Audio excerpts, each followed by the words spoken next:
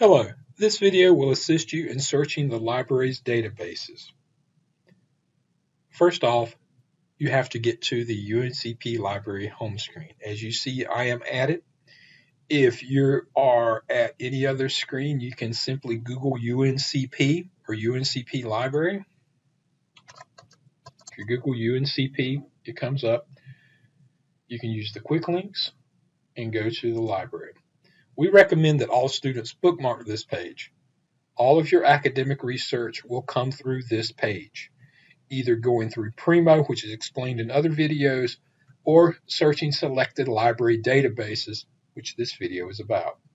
To get to the databases, you have two options. You can click here on Search Libraries Resources, and it will bring you to this page. It lists our popular databases. These are typically general databases, cover multitudes of subjects, or you can scroll down and click on databases by subject or the title list A to Z. You can search either.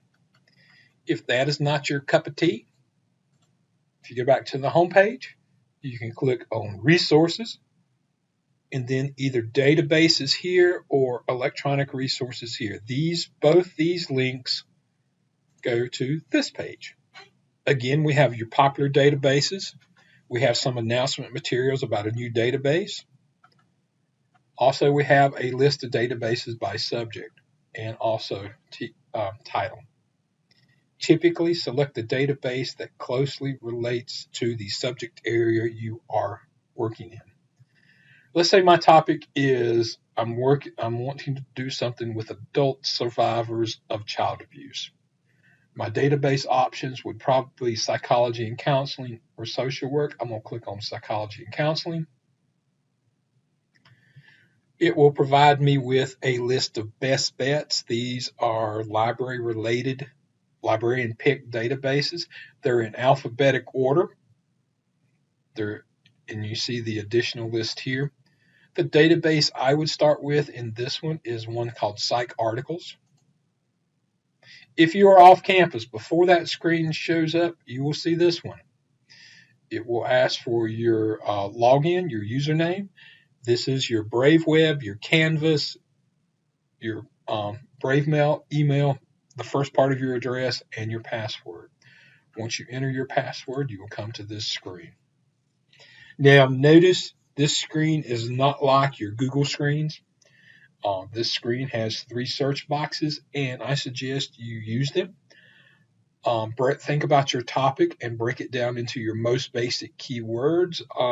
My keywords, adult survivors of child abuse. The most important word in that is the phrase child abuse. And I'm going to put that in. Notice here I have several different selections I could use to come up. I'm just going to leave it child abuse. And then I'm going to add in my other terms. I'm going to add in the word adult. And notice it gives me options here. And then in the bottom box, I'm going to type in the word survive without the E, but use an asterisk, which is the Shift 8 key. So I can get multiple endings of the word. That will get up survival, survivors, survive with an E, survives with ES, surviving, survived. It will pick up all possible endings after that. And usually what I do now is just click on search. I click on search. Oh, I only get 149. One of the things I forgot to tell you to do is go up here. You see where it says choose databases? We have more than one psychology database. If you click on it, this will give you a list of databases we get from this company, EBSCO. And I am going to click on Psych Info. That's another good psychology database. And if you don't know what a database does, if you hover over the gold sheet of paper at the end of the titles, it will bring you up an overview of that database. It will tell you what's included, what it searches. Now, because I am going to click it.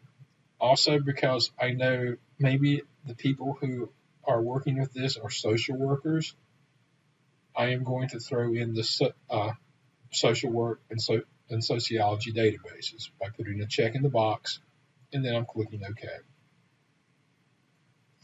My terms are still here. All I have to do now is click on search. My 146 articles has went up to almost 4,900. You're thinking, oh yeah, good. They come up 20 per page, and there's my number. You're thinking, okay, I need to limit these numbers down. Click on scholarly peer reviewed, but those journals are of high quality. There are professional journals written by professionals for professionals, which is what you as students are becoming. Notice it knocked it down to 3,900. Usually I look through this list. My terms I search for are in bold, as you can see, in both the article title and here in the subjects. Usually what I'm looking for is subjects that closely match my search terms, because what I can do once I find those is over here I have my limits. I've already clicked on scholarly peer review. Okay, I got articles that go back from 1967 up to 2019. I am probably looking for more current information than 67, so I'm going to use the date slider to move it up to the most current, let's say 10 years. And you sometimes get close. The screen will update, and I'm down to 2,400 items. And what I would do is scroll back down. Remember, I looked at these subject terms. Look, this says subject thesaurus terms. That's what these are. If I click in the box, I can click on a subject that closely resembles what I'm looking for. And I see this adult child abuse victims. That's exactly what I'm looking for. I put a check in this box, and it will look for results in that field. See how they come up. I have them down to 375.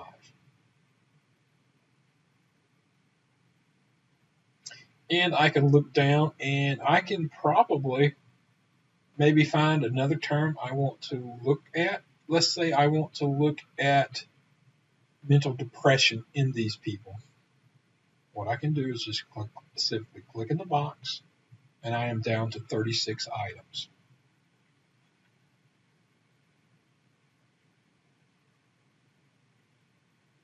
And you can see my results. Notice a lot of these are full text. And typically what I do when I scroll down and I am looking at these articles is I will find an article that I like, click on a title, it'll open it up, excuse me, my mail popping in. It will give me a citation, a larger view of it, my subject terms. If I click on a term here, you see these are all links. It will look for it within in the databases I'm searching, not just within my results. But here's an abstract. This is the important part of this record. Read the abstract to be sure the article centers on what you need. If it does, you have two options. Here's your link to email the article, or you can add it to a folder. If you click add to folder, this folder here opens. This is a temporary folder. You can put items in this folder and then email them all at one time. That is what I recommend. Go back to the results list. Come on. And if I want to add other items to the folder, I click the blue folder. I'm just adding several here. And when I'm ready to email them to myself, I can click folder, click email. Oh, I got to click select all. Oh, it did select them all for me, fortunately. Put your email address in, your subject heading, comments, and also you can send yourself a citation. And then click send. That's the good news. Now, again, typically I select them all before I email. Bad news about the citations is I'm going into a record here. You see the word cite. If you click here, it will bring it up. Select your style. Now, APA is bad in most databases. Because of that, my first 3 rules of citations, any citation you get from a database, a generator, my first 3 rules are verify, verify, and verify. Check it against a style guide to be sure it is formatted correctly. I know in APA that none of these words probably should be capitalized. So you would have to go through and make them small. That's a lot easier than doing this by yourself. So please check it, please verify it. Also, again, I have suggested that you email items to yourself. If you email your items to yourself, you will have them. If you print them out, if somebody needs your paper, it may be gone. If you download it to a flash drive or a hard drive, your computers crash. Flash drives can get broken. You can lose them. All sorts of bad things happen. So download that. I'm going to go back to my results list, my folder list, and then my results list, I hope. We go back one more page. Sorry. Backing out of everything. I'm back at my results list. Now, not everything will be full text. I think there's one down here that is not. At least it was earlier.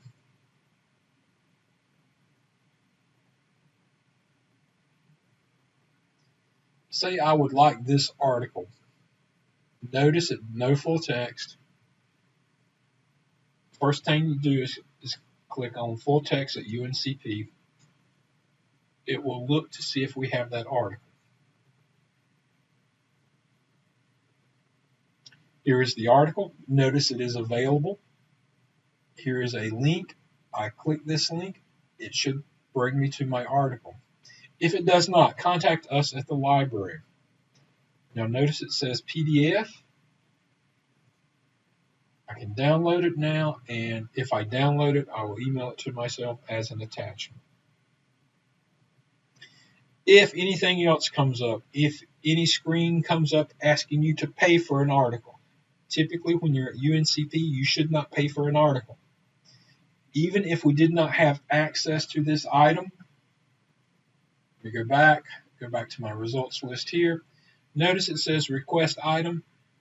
You can click on this and make an interlibrary loan request. We will cover this in a different video, but again, you can request items that we do not have.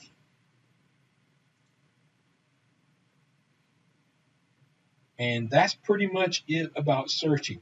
Now we have other databases. If I go back here, here, if I go into psychology database, it is from a different company, the ProQuest company, but you'll notice a lot of it is the same. You have your search boxes. You can add another one. Here's where you click for peer reviewed. You can do your dates. You can do all sorts of things. Be aware that these exist and play around with them. You will not break them. If you have any questions, our contact information is available on the library's homepage. You can use the Ask a Librarian link, which will send an email to the reference desk. You can also scroll down, and if we're available online, you can chat with us. Here is the phone number this is the phone number for circulation. They can transfer you over there. The phone number for the reference desk is here in Need Help, Ask a Librarian. You can give us a call. So please contact us if you need assistance. If you have any questions, please contact us. We cannot help you if we do not know you need help. Thank you and have a nice day.